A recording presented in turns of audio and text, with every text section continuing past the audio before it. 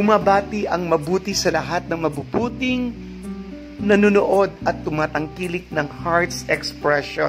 Kumusta po kayo? Ito po si Kiefer DR, ang inyong katulad na nagmamahal, umahanga sa ating national artist na si Miss Nora Honor, ang ating the one and only superstar. Naku, good news na naman ito. Great news at talagang bravo, bravo, bravo. Talagang isa na namang mabuting balita.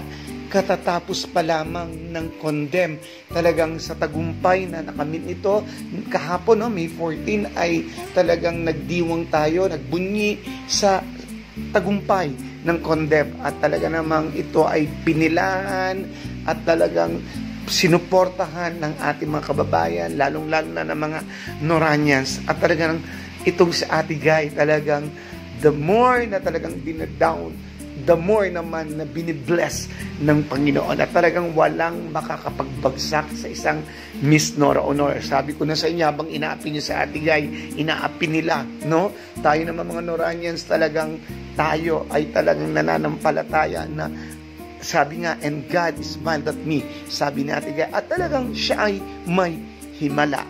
Ano po ba yung tinutukoy ko? Yes, si Ate Guy, no po, yung tickets sold out na po, fully booked na po ang ticket para sa Bona, sa Cannes Festival.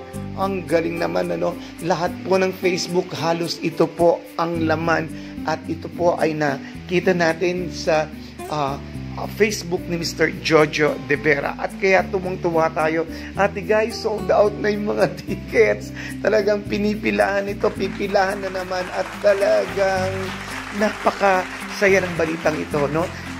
Hanggang ngayon, kinikilala ang pelikulang Bona at ang mga nagawa mo, Ate Guy, hindi lang ang Bona, kundi marami na talagang tinatangkilik. Siyempre, hanggang ngayon, ikaw pa rin ang mananatiling superstar at walang makakapantay sa'yo.